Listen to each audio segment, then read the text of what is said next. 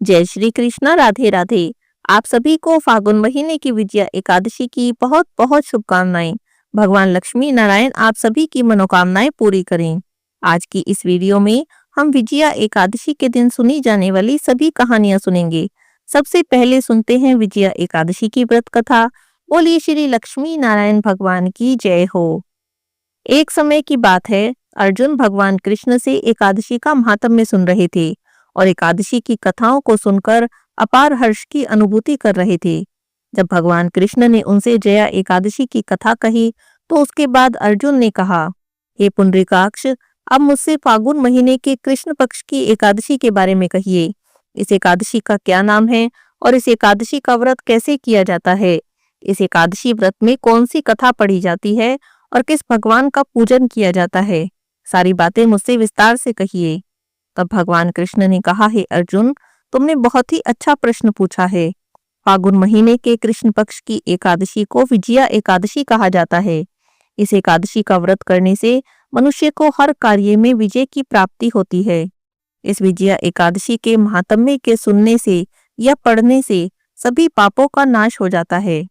एक समय देवर्षि नारद ने जगत पिता ब्रह्मा जी से कहा, हे पिताजी, आप मुझे फागुन माह के कृष्ण पक्ष की विजया एकादशी का व्रत और उसकी विधि बताने की कृपा करें। तब नारद जी की बातें सुनकर ब्रह्मा जी ने कहा, हे पुत्र, विजया एकादशी का व्रत पूर्व के पापों और वर्तमान के सभी पापों का नाश करने वाला है। इस एकादशी का विधान मैंने आज तक किसी से नहीं कहा, पर तुमसे कहता हूँ। विजया नाम की यह एकादशी व्रत करने वाले के सभी पापों का नाश करती है और व्रत करने वाले सभी मनुष्यों को विजय प्रदान करती है। अब श्रद्धा से विजया एकादशी की कथा सुनो। जब श्री राम को 14 वर्ष का वनवास मिला, तब वे अपने भ्राता लक्ष्मण और अपनी पत्नी देवी सीता के साथ पंचवटी में निवास करने लगे। उस समय दशानन रावण ने माता सीता का हरण कर लिया। इस दुखद घटना से श्री राम जी और लक्ष्मण जी बहुत दुखी हुए और सीता जी की खोज में वन वन भटकने लगे। वन में भटकते हुए वे मरणासन जटायु जी के पास पहुंचे। तब जटायु ने उन्हें माता सीता के हरण का पूरा वृतांत सुनाया और भगवान श्री राम जी की गोद में प्राण त्याग दिए और स्वर्ग की ओर प्रस्थान किया। वहां से आगे चले तो श्री राम जी और लक्ष्मण जी की सुग्रीव जी के साथ मित्रता हो गई और वहां पर उन्होंने बाली का वध किया। श्री राम भक्त हनुमान जी ने लंका में जाकर माता सीता का पता लगाया और माता से श्री राम जी और महाराज सुग्रीव की मित्रता का वर्णन किया। वहां से लौटकर हनुमान जी ने श्री राम जी के पास आकर अशोक वाटिका में माता सीता से भेंट का सारा वृतांत सुनाया। सब हाल जानने के बाद श्री राम जी ने सुग्रीव जी की सहमति से वानरों और भालुओं की एक सेना तैयार की और लंका की तरफ प्रस्थान किया। समुद्र किनारे पहुंचने पर जब श्री राम जी ने विशाल समुद्र को घड़ियालों से भरा देखा तो बड़े आश्चर्यचकित हो गए और बहुत चिंतित हो गए। लक्ष्मण जी से कहने लगे, हे लक्ष्मण, अनेकों मगरमच्छों और जीवों से भरे इस विशाल समुद्र को हम कैसे पार करेंगे? तब श्री राम जी की बातें सुनकर लक्ष्मण जी कहने लगे, हे भ्राता श्री, आप तो पुराण पुरुषोत्तम आदि पुरुष हैं, आपसे तो कुछ भी छिपा नहीं। यहाँ से आधा योजन की दूरी पर कुमारी द्वीप है और वहां पर वक्तालभ्य मुनि का आश्रम है। वे अनेक नाम के ब्रह्माओं के ज्ञाता हैं और वे आपकी विजय का उपाय बता सकते हैं। अपने भाई लक्ष्मण जी के वचनों को सुनकर श्री राम जी वक्तालभ्य ऋषि के आश्रम पर गए, उन्हें प्रणाम करके वहां पर बैठ गए। अपने आश्रम में श्री राम जी को आया देखा तो महर्षि वक्तालभ्य ने पूछा, हे राम, आपने किस प्रयोजन से मेरी कुटिया को पवित्र किया है? कृपया अपना प्रयोजन कहें प्रभु। मुनि के मधुर वचनों को सुनकर श्री राम जी कहने लगे, हे ऋषिवर, मैं सेना के साथ यहाँ पर आया हूँ और राक्षस राज रावण को जीतने की इच्छा से लंका की ओर जा रहा हूँ। आप मुझ पर कृपा करें और समुद्र को पार करने का कोई उपाय बताएं। आपके पास आने का मेरा यही प्रयोजन है। महर्षि वक्तालभ्य ने कहा, हे राम, मैं आपको एक अति उत्तम व्रत बताता हूँ जिसे करने से हर कार्य में विजय प्राप्त होती है। ये कैसा व्रत है मुनि श्रेष्ठ, जिसे करने से सभी क्षेत्रों में विजय की प्राप्ति होती है? जिज्ञासु होकर श्री राम ने पूछा। इस पर महर्षि वक्तालभ्य ने कहा, हे राम, फागुन महीने के कृष्ण पक्ष की विजया एकादशी का उपवास करने से आप अवश्य ही समुद्र को भी पार कर लेंगे और युद्ध में भी आप ही की विजय होगी। हे मर्यादा पुरुषोत्तम, इस उपवास के लिए दशमी के दिन स्वर्ण, चांदी, तांबे या मिट्टी का एक कलश बनाएं। उस कलश को जल से भरकर उस पर पंच पल्लव रखकर उसे वेदिका पर स्थापित करें। उस कलश के नीचे सतनजा अर्थात मिले हुए 7 अनाज रखें और ऊपर जौ रखें। उस पर भगवान विष्णु की स्वर्ण की प्रतिमा को स्थापित करें। प्रतिमा अगर स्वर्ण की ना मिले तो चांदी की ले, चांदी की भी न ले तो मिट्टी की प्रतिमा को स्थापित करें। एकादशी के दिन स्नान आदि से निवृत्त होकर धूप, दीप, नैवेद्य और नारियल आदि से भगवान श्री हरि का पूजन करें। सारा दिन भक्ति पूर्वक कलश के सामने बैठे रहें और मंत्र का जाप करते रहें। रात में भी वहीं बैठकर जागरण करें और कीर्तन करें। द्वादशी तिथि आने पर नदी या तालाब के किनारे स्नान आदि से निवृत्त होकर वह कलश ब्राह्मण को दे दें। हे दशरथ नंदन, यदि आप इस व्रत को अपने सेनापतियों के साथ करेंगे तो अवश्य ही विजय आपका वरण करेगी। मुनि के इन वचनों को सुनकर श्री राम जी ने अपने सेनापतियों के साथ विधि पूर्वक विजया एकादशी का व्रत किया और विजया एकादशी व्रत के प्रभाव से उन्होंने राक्षस राज रावण पर विजय प्राप्त की। भगवान कृष्ण कहते हैं, हे अर्जुन, जो मनुष्य विधि विधान से इस व्रत को करता है उसकी तीनों लोकों में विजय होती है। ब्रह्मा जी ने नारद जी से कहा था, जो भी इस एकादशी के महात्म्य को सुनता है, पढ़ता है अथवा दूसरों को सुनाता है उसे वाजपेयी यज्ञ के फल की प्राप्ति होती है। विजया एकादशी का व्रत जो विधि विधान से करता है, विजया एकादशी के दिन भगवान लक्ष्मी नारायण का पूजन करता है, उसकी सभी मनोकामनाएं पूरी हो जाती हैं। बोलिए श्री लक्ष्मी नारायण भगवान की जय हो। सतयुग में एक महाभयंकर दैत्य हुआ, उसका नाम मूर था। उस दैत्य ने इंद्र आदि सभी देवताओं पर विजय प्राप्त करके उन्हें उनके पद से हटा दिया। उसके बाद इंद्र ने भगवान शंकर से प्रार्थना की, हे भोलेनाथ, हम सभी देवता मूर दैत्य के अत्याचार से दुखी हो गए हैं और मृत्यु लोक में अपना जीवन व्यतीत कर रहे हैं। राक्षसों के भय से हम बहुत दुखी हैं और कष्ट भोग रहे हैं। मैं खुद भी बहुत दुखी और भयभीत हूँ। अन्य देवताओं की तो मैं क्या ही बात कहूँ। अतः हे कैलाशपति, कृपा करके आप मूर दैत्य के अत्याचार से रक्षा करने का कोई उपाय हमें बताइए। देवराज की प्रार्थना सुनकर भगवान शंकर ने कहा, हे देवेंद्र, आप भगवान श्री हरि के पास जाइए। मधु कैटभ का संहार करने वाले भगवान विष्णु देवताओं को अवश्य ही इस भय से भी मुक्त करेंगे। महादेव जी के आदेश पर इंद्रादिक सभी देवता क्षीर सागर में गए, जहाँ पर भगवान श्री हरि शेष शैया पर विराजमान थे।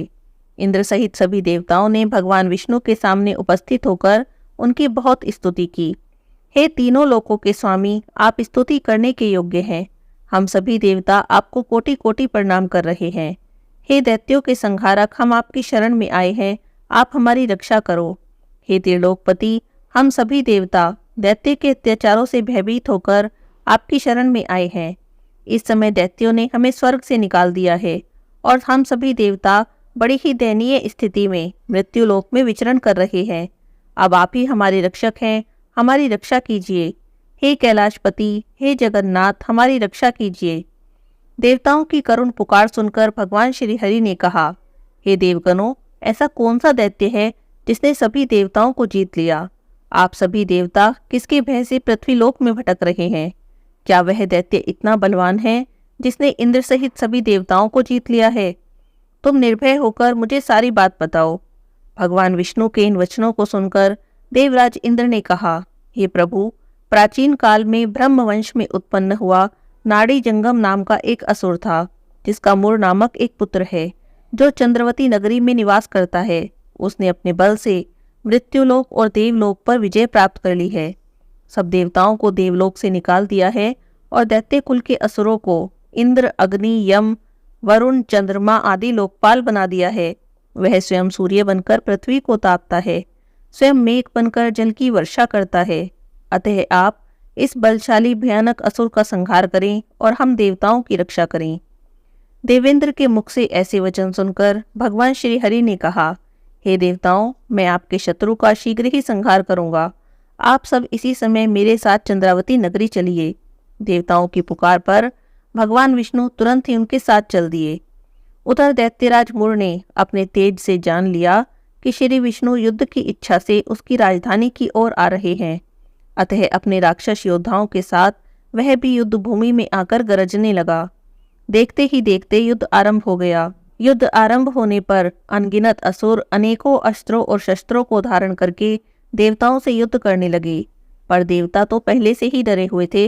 वे अधिक देर तक राक्षसों का सामना नहीं कर सके और वहां से भाग खड़े हुए। तब भगवान विष्णु स्वयं युद्ध भूमि में आ गए। दैत्य पहले से भी अधिक उत्साह में भरकर भगवान विष्णु से युद्ध करने लगे। वे अपने अस्त्रों और शस्त्रों से उन पर भयंकर प्रहार करने लगे। दैत्यों के आक्रमणों को श्री विष्णु अपने चक्र और गदा के प्रहारों से नष्ट करने लगे। इस युद्ध में अनेकों दैत्य सदा के लिए मृत्यु की गोद में समा गए। परंतु दैत्यराज मुर अभी भी भगवान के साथ युद्ध कर रहा था। उसका तो जैसे बाल भी बांका नहीं हुआ था। वह बिना डरे युद्ध करता रहा। भगवान विष्णु मुर को मारने के लिए जिन जिन अस्त्रों शस्त्रों का प्रयोग करते, वे सभी उसके तेज से नष्ट हो जाते और उस पर पुष्पों के समान गिरते। अनेकों अस्त्रों और शस्त्रों का प्रयोग करने पर भी भगवान विष्णु उससे नहीं जीत सके। तब वे आपस में मल्ल युद्ध करने लगे। भगवान श्री हरि उस असुर से देवताओं के लिए हजारों वर्षों तक युद्ध करते रहे, पर उस असुर से विजयी न हो सके। अंत में भगवान विष्णु शांत होकर विश्राम करने की इच्छा से बद्रिक आश्रम स्थित 38 कोस लंबी एक द्वार वाली हेमवती नाम की गुफा में प्रवेश कर गए। उस गुफा में प्रभु ने शयन किया। भगवान विष्णु के पीछे पीछे वह दैत्य भी गुफा में चला आया। भगवान श्री हरि को सोता देखकर वह उन्हें मारने को तैयार हो गया। वह सोच रहा था कि आज मैं अपने चिरशत्रु का अंत करके सदा सर्वदा के लिए निष्कंटक हो जाऊंगा। परंतु उसकी यह इच्छा पूरी न हो सकी, क्योंकि उसी समय भगवान विष्णु की देह से दिव्य वस्त्र धारण किए एक अत्यंत मोहिनी कन्या उत्पन्न हुई और राक्षस को ललकार कर उससे युद्ध करने लगी। उस कन्या को देखकर राक्षस को घोर आश्चर्य हुआ और वह सोचने लगा, ऐसी दिव्य कन्या कहाँ से उत्पन्न हुई। उसके बाद वह असुर उस कन्या से निरंतर युद्ध करता रहा। कुछ समय व्यतीत होने पर उस कन्या ने क्रोध में आकर उसके अस्त्रों और शस्त्रों के टुकड़े टुकड़े कर दिए, उसका रथ भी तोड़ दिया। अब तो दैत्य को बड़ा क्रोध आया। सारी मर्यादाएं भंग करके वह कन्या से मल्ल युद्ध करने लगा। उस तेजस्वी कन्या ने उस राक्षस को एक प्रहार से मूर्छित कर दिया और उसकी मूर्छा टूटने से पहले ही उसका शीश काटकर धड़ से अलग कर दिया। सिर कटते ही वह असुर पृथ्वी पर गिरकर मृत्यु को प्राप्त हुआ। शेष बचे हुए असुर अपने राजा का ऐसा दुखद अंत देखकर भयभीत होकर पाताल में भाग गए। भगवान विष्णु जब निद्रा से जागे तो उन्होंने असुर को मरा देखा तो उन्हें बहुत आश्चर्य हुआ और वे सोचने लगे, इतने महाबली असुर को किसने मारा है। तब वह तेजस्वी कन्या श्रीहरि से हाथ जोड़कर बोली, हे जगदीश्वर, यह असुर आपको मारने को उद्यत था। तब आपके शरीर से उत्पन्न होकर मैंने ही इस असुर का वध किया है। कन्या की बातों को सुनकर भगवान विष्णु ने कहा, हे देवी, तुमने इस असुर का संहार किया, अतः मैं तुमसे बहुत प्रसन्न हूँ। इस राक्षस का अंत करके तुमने तीनों लोकों के देवताओं के कष्टों को हरा है, इसीलिए मैं तुमसे प्रसन्न हूँ। तुम अपनी इच्छा के अनुसार कोई भी वरदान मांग लो, मैं तुम्हारी प्रत्येक इच्छा को पूर्ण करूंगा। तब भगवान विष्णु के वचनों को सुनकर उस कन्या ने कहा, हे प्रभु, यदि आप मुझ पर प्रसन्न हैं तो मुझे वरदान दें कि जो भी मनुष्य या देव मेरा व्रत करे उसके सभी पाप नष्ट हो जाएं और उसे अंत में स्वर्ग की प्राप्ति हो। मेरे व्रत का आधा फल रात्रि को मिले और उसका आधा फल एक समय भोजन करने वाले को मिले। जो भी श्रद्धा से भक्ति से मेरे व्रत को करें वे निश्चय ही वैकुंठ को प्राप्त करें। जो मनुष्य मेरे व्रत में दिन और रात में एक समय भोजन करे वह धन धान्य से भरपूर रहे। अगर आप मुझ पर प्रसन्न हैं तो मुझे ऐसा वरदान दीजिए। तब भगवान श्री हरि ने कहा, हे देवी, ऐसा ही होगा। मेरे और तुम्हारे भक्त एक ही होंगे। इस संसार में सभी सुखों को भोगकर अंत में प्रसिद्धि को प्राप्त होकर मेरे लोक को प्राप्त करेंगे। हे कल्याणी, तुम एकादशी को प्रकट हुई हो, इसीलिए तुम्हारा नाम भी एकादशी हुआ। जो भी मनुष्य तुम्हारा व्रत करेंगे उनके सभी पाप समूल नष्ट हो जाएंगे। अब तुम मेरे लिए तीज, अष्टमी, नवमी और 14 से भी अधिक प्रिय हो। तुम्हारे व्रत का फल सब तीर्थों के फल से महान होगा, यह मेरा अकाठ्य कथन है। और इतना कहकर भगवान श्री हरि वहीं से अंतर्ध्यान हो गए। एकादशी व्रत में एकादशी माता की इस कथा को जो कोई भी सुनता है उसके सभी पाप नष्ट हो जाते हैं और उसे अपने एकादशी व्रत का पूर्ण फल प्राप्त होता है। बोलिए एकादशी माता की जय हो। अब सुनते हैं तुलसी माता की कहानी। बोलिए तुलसी माता की जय हो। बहुत समय पहले की बात है। किसी गांव में एक बुढ़िया माई रहती थी। बुढ़िया माई भगवान विष्णु की भक्त थी। रोज भगवान विष्णु के मंदिर में जाती और पूजा करती। मंदिर से आते समय तुलसी देवी की पूजा करती। तुलसी देवी के बिड़वे को सींचती, पूजा करती, परिक्रमा करती, वहां पर साफ सफाई करती। ये उसका रोज का नियम था। अपनी पूजा पाठ समाप्त करके जब घर को आती तो तुलसी माता से प्रार्थना करती, हे तुलसी माता, मैं तेरा बिड़वा सींचती हूँ, तू मुझे बहू दे। हे तुलसी माता, सत की दाता, मैं बिड़वा सींचू तेरा, तू कर निस्तारा मेरा। हे तुलसी माता, अड़ुआ दे, कड़ुआ दे, पीतांबर की धोती दे, मीठा मीठा घास दे, वैकुंठ का वास दे, चटके की चाल दे, पटके की मौत दे, झालर की झनकार दे, दाल भात का जिम्मन दे, एकादशी का दिन दे और कृष्ण का कांधा दे। ऐसी प्रार्थना बुढ़िया माई रोज करती। बुढ़िया माई की प्रार्थना सुनकर तुलसी माता सूखने लगी। भगवान ने देखा तो उन्हें बड़ी चिंता हुई। उन्होंने तुलसी माता से पूछा, हे देवी, क्या बात है? तुम्हारे पास तो इतनी औरतें आती हैं, तुम्हारी पूजा करती हैं, गाती हैं, बजाती हैं। तुम्हें तो खुश रहना चाहिए, हरी भरी होना चाहिए, तुम सूखती जा रही हो। तब तुलसी माता बोली, हे भगवान, बस मेरे मन की मत पूछो। तब भगवान हंसकर बोले कि देवी, मैं नहीं पूछूंगा तो कौन पूछेगा? बताइए, आपको क्या समस्या है? तब तुलसी माता बोली, हे भगवान, आप जो कह रहे हैं वो सब सच है। मेरे पास इतनी औरतें आती हैं, मेरी पूजा करती हैं, गाती बजाती हैं, मेरा तो मन लगा रहता है। लेकिन एक बुढ़िया माई आती है, रोज मेरी पूजा करती है, परिक्रमा करती है और फिर प्रार्थना करती है, हे तुलसी माता, मैं तेरा बिड़वा सींचती हूँ, तुम मुझे बहू दो। तुलसी माता, सत की दाता, मैं बिड़वा सींचू तेरा, तू कर निस्तारा मेरा। तुलसी माता, अड़ुआ दे, गड़ुआ दे, पीतांबर की धोती दे, मीठा मीठा घास दे, वैकुंठ का वास दे, चटके की चाल दे, पटके की मौत दे, झालर की झनकार दे, दाल भात का जिम्मन दे, एकादशी का दिन दे और कृष्ण का कांधा दे। हे भगवान, मैं उसे सब कुछ दे दूंगी, उसकी सारी मनोकामना पूरी करूंगी, लेकिन आप कृष्ण जी का कांधा कहाँ से दूंगी? तब भगवान बोले, हे तुलसी देवी, बस इतनी सी बात है, आप चिंता मत करो। जब बुढ़िया माई की मृत्यु होगी तो मैं उसे अपने आप कांधा देने आ जाऊंगा। तो तुलसी माता ने कहा, सोच लीजिए भगवान, आप वचन दे रहे हैं। तब भगवान हंसकर बोले, हाँ हाँ देवी, मैं वचन देता हूँ, मैं जरूर आऊंगा। धीरे धीरे समय बीता और बुढ़िया माई हर दिन भगवान विष्णु के मंदिर में जाती और तुलसी माता की पूजा करती और प्रार्थना करके घर आ जाती। एक दिन की बात है, एकादशी का दिन था। बुढ़िया माई तुलसी माता की पूजा प्रार्थना करके अपने घर को आ रही थी तो आते समय उसे ठोकर लग गई। ठोकर खाकर गिर पड़ी। गिरते ही बुढ़िया माई के तो प्राण निकल गए और उसकी मृत्यु हो गई। बुढ़िया माई को गिरते देखा तो सभी लोग बुढ़िया माई को उठाने आए, लेकिन पतले दुबले शरीर की बुढ़िया माई इतनी भारी हो गई कि 4-5 लोग मिलकर भी उन्हें नहीं उठा सके। अब लोगों को तो बातें बनाने का बहाना चाहिए। सभी लोग आपस में निर्जा चर्चा करने लगे। बुढ़िया माई तो बड़ी संस्कारी थी, रोज पूजा पाठ करती थी, पर लगता है पूजा पाठ भी पापी मन से करती थी, तभी तो मरते ही इतनी भारी हो गई है कि किसी से उठाए भी नहीं उठ रही। और ऐसी निर्जा चर्चा पूरे गांव में होने लगी। तुलसी माता ने सुना तो उन्हें बड़ा ही दुख हुआ, क्योंकि बुढ़िया माई तो बड़ी नेक थी, पूजा पाठ करती थी। बुढ़िया माई के बारे में लोग उल्टी सीधी बातें करने लगे तो तुलसी माता को बड़ा दुख हुआ। उन्होंने भगवान कृष्ण को याद किया, हे भगवान, आपका वचन पूरा करने का समय आ गया। अब तुलसी माता बुलाएं और भगवान कृष्ण न आए, ऐसा तो हो नहीं सकता। भगवान तुरंत ही एक बूढ़े ब्राह्मण का वेश बनाकर आए। भगवान को आया देखा तो तुलसी माता ने भी एक ब्राह्मणी का वेश बना लिया। आकर ब्राह्मण बने भगवान ने सब लोगों से पूछा, क्या बात है, इतनी भीड़ क्यों लगा रखी है? तब सभी लोग कहने लगे कि एक बुढ़िया मर गई है, बहुत पापनी थी, इसीलिए इतनी भारी हो गई है कि किसी से उठाए नहीं उठ रही। अब देखो, पंडित ज्योतिषी बुलवाए हैं, वे आएंगे तो जो कहेंगे वैसा करेंगे। तो भगवान बोले, भाई, थोड़ी बहुत पंडिताई तो मैं भी कर लेता हूँ, लाओ मैं देखूं जरा क्या बात है। ऐसा कहकर ब्राह्मण बने भगवान बुढ़िया माई के पास गए। जाकर बुढ़िया माई के कान में बोले, ले बुढ़िया माई, तू भी अपने मन की कर ले। बुढ़िया माई, अड़वा ले, गड़वा ले, पीतांबर की धोती ले, मीठा मीठा घास ले, वैकुंठ का वास ले, चटके की चाल ले, पटके की मौत ले, झालर की झनकार ले, दाल भात का जिम्मन ले, एकादशी का दिन ले और कृष्ण का कांधा ले। भगवान का इतना कहना था कि बुढ़िया माई तो फूलों से हल्की हो गई। भगवान बुढ़िया माई को अपने कंधे पर ले गए। बुढ़िया माई की मुक्ति हो गई।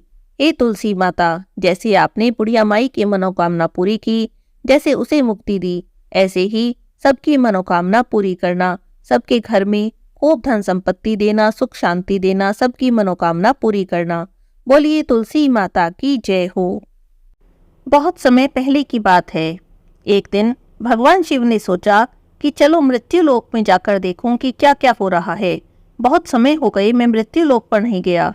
बस ऐसा सोचकर भगवान शिव मृत्यु लोक में भ्रमण करने के लिए तैयार होने लगे। भगवान शिव को तैयार होते देखकर माता पार्वती ने पूछा, प्रभु आप कहाँ जा रहे हैं? तब भगवान शिव ने कहा, हे देवी, मैं मृत्यु लोक में जा रहा हूँ। बहुत समय हो गया, मैंने नहीं देखा मृत्यु लोक में क्या क्या हो रहा है। तब माता पार्वती ने सोचा कि भगवान मृत्यु लोक में भ्रमण करने जा रहे हैं, मैं भी साथ में चलती हूँ। तो उन्होंने भगवान शिव से आग्रह किया, हे प्रभु, मुझे भी अपने साथ ले चलो। तब भगवान शिव ने कहा, नहीं देवी, मृत्यु लोक में भ्रमण करने से आप थक जाओगी, आपको भूख प्यास लगेगी, आप रहने दो।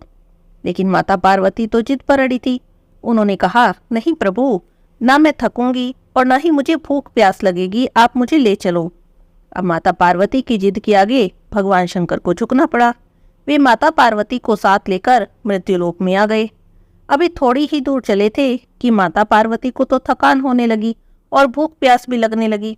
वे तो एक स्थान पर बैठ गई और भगवान से बोली, हे प्रभु, अब मैं आगे नहीं चल सकती, मैं तो बहुत थक गई हूँ और मुझे भूख प्यास भी लगी है। तब भगवान शिव ने कहा, हे देवी, मैंने तो पहले ही कहा था कि आप मत चलो, लेकिन आप नहीं मानी। अब कर क्या सकते थे। भगवान शिव और माता पार्वती भोजन की तलाश में थोड़ा आगे चले। भगवान शिव और माता पार्वती जोगी और जोगन के भेष में थे। जाकर उन्होंने गांव में एक दरवाजे पर आवाज लगाई। वह दरवाजा, वह घर उस गांव के साहूकार का था। अंदर से एक महिला ने दरवाजा खोला तो पूछने लगी, क्या बात है, क्यों शोर मचा रहे हो? तब भगवान शिव जो कि जोगी के भेष में थे कहने लगे कि हे माता, हमारी पार्वती जी को भूख प्यास लगी है, इन्हें खीर खांड का भोजन चाहिए। तो वह महिला तो बहुत क्रोधित हो गई और कहने लगी, अगर तुम दोनों को खीर खांड का भोजन चाहिए था तो कुछ काम क्यों नहीं करते? देखने में तो हट्टे कट्टे लगते हो, ऐसे भीख मांगते तुम्हें शर्म नहीं आती? जाओ यहाँ से, मेरे घर में कुछ नहीं है। और इतना कहकर उसने भगवान शिव और माता पार्वती के सामने ही दरवाजा बंद कर दिया। भगवान शिव और माता पार्वती वहां से चल दिए। आगे चलते चलते चलते चलते एक घर आया। बहुत टूटा फूटा सा घर था।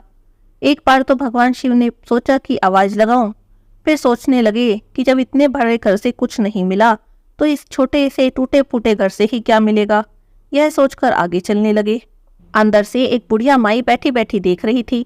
उसने दोनों को रोक लिया और पूछने लगी, क्या बात है?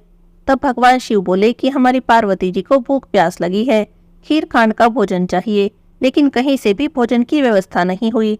तब बुढ़िया माई बोली कि आप अंदर आओ महाराज जी। दोनों को आदर्श के साथ अंदर ले गई, आसन देकर बिठा दिया, पानी पिला दिया। अब कहने लगी, आप थोड़ी देर आराम करो, विश्राम करो, मैं आपके लिए भोजन की व्यवस्था करती हूँ। और इतना कहकर वह परात और भिगोना लेके चल दी। तो भगवान शिव ने पूछा, बुढ़िया माई कहाँ जा रही है? तो कहने लगी कि खीर के लिए चावल और खांड लेकर आती हूँ, दूध लेकर आती हूँ। तो भगवान शिव बोले, अंदर जाके देख। बुढ़िया माई ने अंदर जाकर देखा तो चावल की परात भरी थी और दूध का भिगोना रखा था। उसने खूब बढ़िया खीर बना ली और खीर बनाकर भगवान शिव से आकर बोली कि भगवान जिम लो। उसने शिव पार्वती जिमा दिए। अब शिव पार्वती जिमा दिए, लेकिन खीर तो खत्म ही ना होवे। तो उसने भगवान शिव से पूछा कि इतनी सारी खीर का अब क्या करूं, मेरे तो कोई भी नहीं है, ना मेरे कोई बेटा है, ना पोता है, ना मेरा कोई परिवार है। तो भगवान शिव ने कहा कि आंख बंद कर। बुढ़िया माई ने आंख बंद कर ली। थोड़ी देर बाद जब बुढ़िया माई ने आंख खोलकर देखा तो देखा पूरा परिवार हो रहा है। खूब बेटे पोते बेटियां, बहुत सारे बच्चे आंगन में खेल रहे हैं। तो वह कहने लगी, महाराज जी, इतने बड़े परिवार को रखूंगी कहाँ? तब भगवान शिव ने उसकी झोंपड़ी पे लात मारी। बड़ा महल हो गया। देखा तो अन्न धन के भंडारे भरे पड़े हैं, पूरे महल में धन ही धन हो रहा था। अब बुढ़िया माई तो बहुत खुश हुई। सबको उसने खीर जमा दी। पूरे परिवार ने भर पेट के खीर खा ली, लेकिन फिर भी वो खीर खत्म ही न होने को आए। तब उसने भगवान शिव से पूछा, हे प्रभु, अब इस खीर का क्या करूं? तो कहने लगे कि पूरी नगरी में जिमा दे। अब बुढ़िया माई कटोरे भर भर कर खीर पूरी नगरी में जिमाने लगी। सब लोग निर्चर चर्चा करने लगे कि बुढ़िया माई कल तक तो मांगती फिरती थी, कल तक तो खाना भी हमारे घर से लेकर जाती थी, आज खीर बांट रही है। बुढ़िया माई एक कटोरा भर के खीर साहूकारनी के भी देने गई, तो जैसे ही उसने दरवाजा खोला तो उसने पूछा कि तेरी खीर कहाँ से आई। वो बोली कि हमारे शंकर पार्वती आए थे, उन्हीं की कृपा से हमारे घर में खूब धन ही धन हो गया है, खीर कटोरे भर भर के बांट रही हूँ। तब साहूकारनी कहने लगी कि शंकर पार्वती जी कहाँ हैं, मेरा धन तेरे दे दिया, भागी भागी चली गई, मोड़ा मोड़नी ठहरियो, जोगा जोगनी ठहरियो। जाकर शंकर पार्वती के पैर पकड़ लिए, बोली महाराज ऐसा क्यों कर दिया, मेरा धन उसे क्यों दे दिया। तब शंकर भगवान बोले मैंने तो ना उठाया ना धरा, तैने ना करी तेरे ना हो गया, उसने हाँ करी उसके हाँ हो गया। तब वह बोली ना महाराज कुछ तो दो। तब भगवान शिव को उस पर दया आ गई और उन्होंने कहा तेरी तेलड़ी में तेल रहेगा, घीलड़ी में घी रहेगा, धन तेरा जुड़े ना, काम तेरा रुके ना। और इतना कहकर शंकर पार्वती जी वहां से चले गए। हे शंकर पार्वती जी, जैसे आपने बुढ़िया माई पर दया की, ऐसी ही दया सब पर करना। जैसे साहूकारनी से रूठे हो, ऐसा किसी से भी ना रूठना। बोलिए शंकर पार्वती की जय हो। तपसी लपसी की कहानी। एक तपसी था और एक लपसी था, दोनों आपस में मित्र थे। तपसी तो सदा भगवान की सेवा करता, उनकी पूजा करता और रोज तपस्या करता। लपसी को पूजा पाठ नहीं आता था, वो रोज सवा सेर की लापसी बनाता, भगवान को भोग लगाता, घंटी बजाता, जीम कर चद्दर तान कर सो जाता। एक दिन की बात है, दोनों दोस्तों में बहस छिड़ गई कि कौन भगवान का सबसे बड़ा भक्त है। तो तपसी ने कहा कि मैं बड़ा भक्त हूँ और लपसी कहने लगा कि नहीं, भगवान का सबसे बड़ा भक्त तो मैं ही हूँ। लपसी बोला कि तुम भक्त कैसे हुए, मैं तो सारा दिन भगवान की भक्ति करता हूँ, पूजा करता हूँ, भगवान की तपस्या करता हूँ, तो मैं बड़ा भक्त हूँ। तुम क्या करते हो, तुम तो बस भगवान को भोग लगाते हो और जीम कर चद्दर तान कर सो जाते हो। दोनों लड़ रहे थे, उसी समय नारद मुनि पृथ्वी पर घूमने के लिए आए। उन्होंने तपसी और लपसी को आपस में लड़ते झगड़ते देखा तो उनके लड़ने का कारण पूछने लगे। तब दोनों ने नारद मुनि को प्रणाम किया और अपनी अपनी समस्या बताई। तपसी कहने लगा कि नारद मुनि जी, मैं तो हमेशा भगवान की भक्ति करता हूँ, तपस्या करता हूँ, लेकिन लपसी कह रहा है कि भगवान का सबसे बड़ा भक्त वो ही है। तब लपसी बोला नारद मुनि जी, मैं भगवान की पूजा पाठ की विधि नहीं जानता, मंत्र जाप की विधि भी नहीं जानता, बस मुझे तो इतना पता है कि सच्चे मन से सबकी सेवा करो, उसी से भगवान प्रसन्न हो जाते हैं। तो मैं तो भगवान को रोज सवा सेर की लापसी बनाता हूँ, भोग लगाता हूँ और जीम कर सो जाता हूँ। मुझसे जितना हो सकता है सबकी सेवा करता हूँ और मदद करता हूँ, और मुझे लगता है कि प्राणी मात्र की सेवा करना ही भगवान की सच्ची भक्ति है। इसीलिए मैं अपने आप को भगवान का सच्चा और सबसे बड़ा भक्त मानता हूँ। तपसी और लपसी की बातें सुनकर नारद मुनि कुछ देर के लिए सोच में पड़ गए। फिर कुछ देर बाद कहने लगे कि तुम दोनों आपस में मत लड़ो, तुम दोनों में से कौन भगवान का सबसे बड़ा भक्त है, यह बात मैं सिद्ध कर दूंगा, लेकिन इस बात का फैसला मैं कल करूंगा। दोनों को नारद मुनि की बातों पर विश्वास था, इसीलिए दोनों प्रसन्न मन से अपने अपने घर चले गए। अगले दिन जब तपसी सुबह सुबह नदी पर स्नान करने के लिए जाने लगा तो नारद मुनि ने उसके रास्ते में 1.25 करोड़ की एक अंगूठी रख दी। तपसी ने वह अंगूठी देखी तो उसने सोचा ये तो बड़ी कीमती अंगूठी है, लगता है किसी की गिर गई है। उसने अंगूठी उठाकर देखा तो देखा वो तो बहुत महंगी थी, करोड़ों की अंगूठी थी। बस तपसी के मन में लालच आ गया। उसने सोचा कि इस अंगूठी को बेचकर मुझे बहुत सारे पैसे मिलेंगे, उससे मैं बहुत बड़े बड़े यज्ञ करूंगा, मंदिर बनवाऊंगा और भगवान की खूब भक्ति करूंगा और अपने आप को भगवान का सबसे बड़ा भक्त सिद्ध कर दूंगा। बस इसी लालच के कारण उसने वह अंगूठी अपने ही पास रख ली और जब नहा धोकर तपस्या करने बैठा तो पैर के नीचे अंगूठी दबा कर बैठ गया। उधर लपसी ने रोज की तरह 1.25 सेर की लापसी बनाई और वह भगवान को भोग लगाने के लिए जाने लगा। तब नारद मुनि ने उसके रास्ते में भी बिल्कुल वैसे ही 1.25 करोड़ की एक अंगूठी रख दी। लपसी ने भी अंगूठी को देखा, उठाकर सोचने लगा, अरे ये तो बड़ी कीमती अंगूठी है, लगता है किसी की गिर गई, जिसकी गिरी है उसे कितना दुख हो रहा होगा। उसने अंगूठी उठाई और भगवान के मंदिर में चला गया। मंदिर में जाकर उसने भगवान को लापसी का भोग लगाया। और उसके बाद वह अंगूठी भगवान के ही चरणों में रख दी। उसने सोचा कि जिसकी भी अंगूठी गिरी होगी वो भगवान से प्रार्थना करने के लिए मंदिर में तो जरूर आएगा, तो उसे अपनी अंगूठी यहीं पर मिल जाएगी। और ऐसा करने के बाद भगवान को भोग लगाकर लापसी जीम कर वो तो चद्दर तान कर सो गया। शाम हुई तो तपसी लपसी फिर से मिले। तभी वहां पर नारद जी आ गए तो दोनों नारद जी से पूछने लगे, कहिए नारद जी, हम दोनों में से भगवान का सबसे बड़ा भक्त कौन है? तब नारद जी बोले कि तुम दोनों में से सबसे बड़ा भगवान का भक्त तो लपसी है। तो तपसी तो चिढ़ गया, बोला नारद जी आप ऐसा किस आधार पर कह रहे हैं? तब नारद जी ने कहा कि सुबह मैंने तुम दोनों के रास्ते में करोड़ों करोड़ों की अंगूठी रखी थी। तब नारद जी ने कहा कि तुमने लालच किया, तुमने वह अंगूठी उठाकर रख ली, इसी कारण तुम्हारी तपस्या भंग हो गई है। और लपसी ने लालच नहीं किया, उसने वह अंगूठी भगवान के चरणों में चढ़ा दी, इस विचार के साथ कि जिसकी अंगूठी होगी वह यहाँ से उठाकर ले जाएगा। इसी कारण लपसी ही भगवान का सबसे बड़ा भक्त है। अब तो तपसी को अपनी भूल पर बहुत पछतावा हुआ। वो तो नारद जी के पैरों में गिर गया और जोर जोर से रोने लगा और कहने लगा, हे भगवान मुझ पर दया करो, मुझसे गलती हो गई, अब आप बताओ मेरी तपस्या का फल मुझे कैसे मिलेगा? तब नारद जी को उस पर दया आ गई और वो कहने लगे कि जो सारी कहानी कहकर तेरी कहानी नहीं कहेगा उसकी तपस्या का सारा फल तुझे मिल जाएगा। जो ब्राह्मण जिमाकर दक्षिणा नहीं देगा, जो साड़ी ब्लाउज देकर दक्षिणा नहीं देगा, तो उसकी तपस्या का, उसके पूजा पाठ का सारा फल तुझे मिल जाएगा। जो अपने घर में गाय कुत्ते की रोटी नहीं बनाएगा तो उसके पूजा पाठ का सारा फल तुझे मिल जाएगा। दीपक जलाकर हाथ नहीं जोड़ेगा, दीपक से दीपक जलाएगा तो उसकी तपस्या का सारा फल तुझे मिल जाएगा। और इतना कहकर नारद जी वहां से अंतर्ध्यान हो गए। इसीलिए हर कथा कहानी के साथ तपसी लपसी की कहानी कही जाती है, वरना किसी भी कथा कहानी का फल नहीं मिलता। बोलिए तपसी लपसी की जय हो। अब सुनते हैं एकादशी माता की आरती। बोलिए एकादशी माता की जय हो, विष्णु भगवान की जय हो।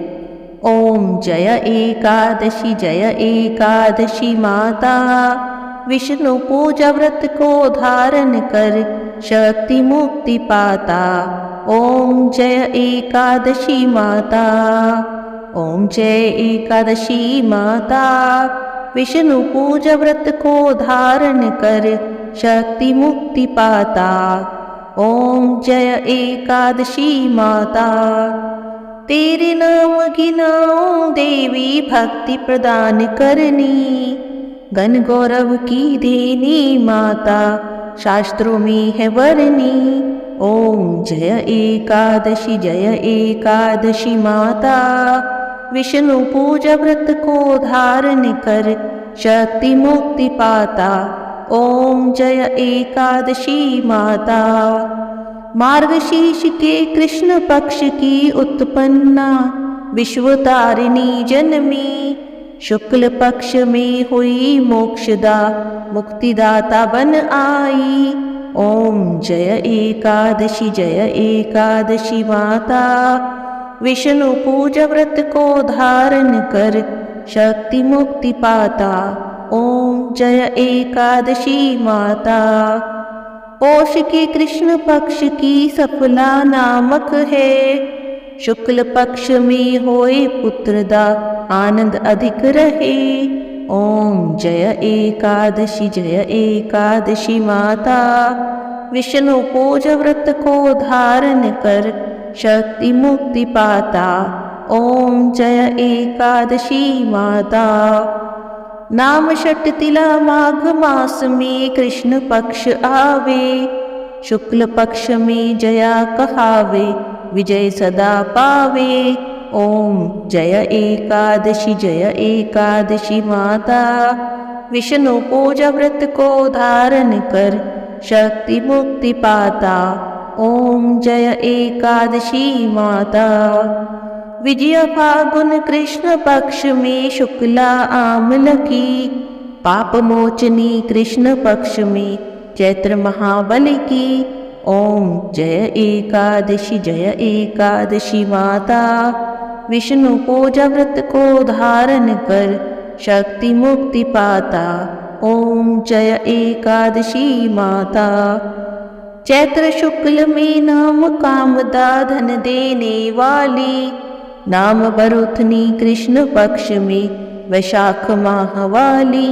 ओम जय एकादशी माता, विष्णु पूजा व्रत को धारण कर शक्ति मुक्ति पाता। ओम जय एकादशी माता। शुक्ल पक्ष में होए मोहिनी, अपरा ज्येष्ठ कृष्ण पक्षी, नाम निर्जला सब सुख करनी, शुक्ल पक्ष रखी। ओम जय एकादशी माता, विष्णु पूजा व्रत को धारण कर शक्ति मुक्ति पाता। ओम जय एकादशी माता। योगिनी नाम आषाढ़ में जानो, कृष्ण पक्ष करनी, देवशयनी नाम कहाओ, शुक्ल पक्ष धरनी। ओम जय एकादशी माता, विष्णु पूजा व्रत को धारण कर शक्ति मुक्ति पाता। ओम जय एकादशी माता। कामिका श्रावण मास में आवे, कृष्ण पक्ष कहिए, श्रावण शुक्ला होए पवित्रा, आनंद से रहिए। ओम जय एकादशी माता, विष्णु पूजा व्रत को धारण कर शक्ति मुक्ति पाता। ओम जय एकादशी माता। अजा भाद्रपद कृष्ण पक्ष की परिवर्तिनी शुक्ला, इंद्रा आशीवन कृष्ण पक्ष में व्रत से भवसागर निकला। ओम जय एकादशी माता, विष्णु पूजा व्रत को धारण कर शक्ति मुक्ति पाता। ओम जय एकादशी माता। पापांकुशा है शुक्ल पक्ष में आप हरणहारी, रमा मास कार्तिक में आवे सुखदायक भारी। ओम जय एकादशी माता, विष्णु पूजा व्रत को धारण कर शक्ति मुक्ति पाता। ओम जय एकादशी माता। देवोत्थानी शुक्ल पक्ष की दुख नाशक मैया, पावन मास में करो विनती पार करो नैया। ओम जय एकादशी माता, विष्णु पूजा व्रत को धारण कर शक्ति मुक्ति पाता। ओम जय एकादशी माता। परमा कृष्ण पक्ष में होती जन मंगल करनी, शुक्ल मास में होए पद्मिनी दुख दारिद्र हरनी। ओम जय एकादशी माता, विष्णु पूजा व्रत को धारण कर शक्ति मुक्ति पाता। ओम जय एकादशी माता। जो कोई आरती एकादशी माता की भक्ति सहित गावे, जन गुरुदीता स्वर्ग का वासा निश्चय ही पावे। ओम जय एकादशी माता, विष्णु पूजा व्रत को धारण कर शक्ति मुक्ति पाता। ओम जय एकादशी माता। बोलिए एकादशी माता की जय हो, विष्णु भगवान की जय हो, लक्ष्मी माता की जय हो। तुलसी महारानी नमो नमो, हरि की पटरानी नमो नमो। तुलसी महारानी नमो नमो, हरि की पटरानी नमो नमो। धन तुलसी पूर्ण तप कीनो, शालिग्राम बनी पटरानी नमो नमो। तुलसी महारानी नमो नमो, हरि की पटरानी नमो नमो। जाके पत्र मंजरी कोमल, श्रीपति कमल चरण लपटानी नमो नमो। तुलसी महारानी नमो नमो, हरि की पटरानी नमो नमो। कौन से महीने में बोई रानी तुलसा, कौन से महीने में हुई हरियाली नमो नमो।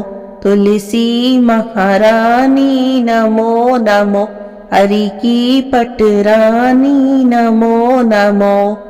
कौन से महीने में हुई तेरी पूजा, कौन से महीने में हुई पटरानी नमो नमो, तुलसी महारानी नमो नमो, तुलसी महारानी नमो नमो। आषाढ़ मास में बोई रानी तुलसा, सावन मास में हुई हरियाली नमो नमो, तुलसी महारानी नमो नमो, हरि की पटरानी नमो नमो। कार्तिक मास में हुई तेरी पूजा, मंगसिर मास में हुई पटरानी नमो नमो, तुलसी महारानी नमो नमो, हरि की पटरानी नमो नमो।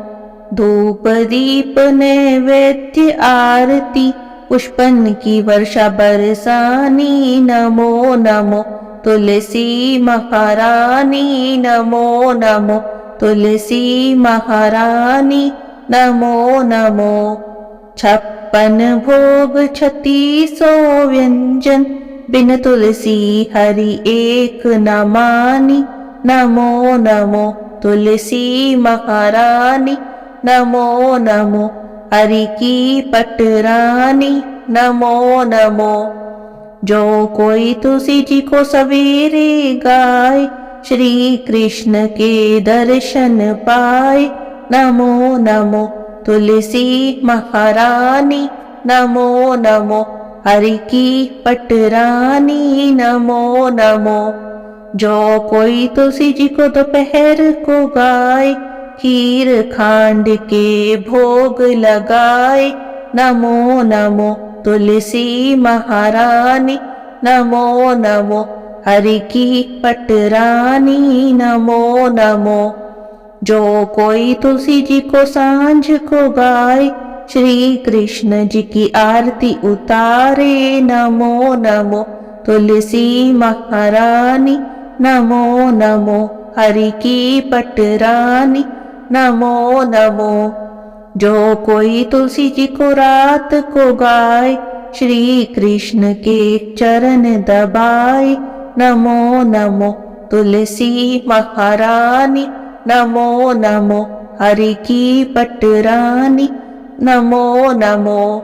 सभी सखी मैया तेरो यश गावे, भक्ति दान दीजो महारानी नमो नमो, तुलसी महारानी नमो नमो, तुलसी महारानी नमो नमो, हरि की पटरानी नमो नमो, तुलसी महारानी नमो नमो।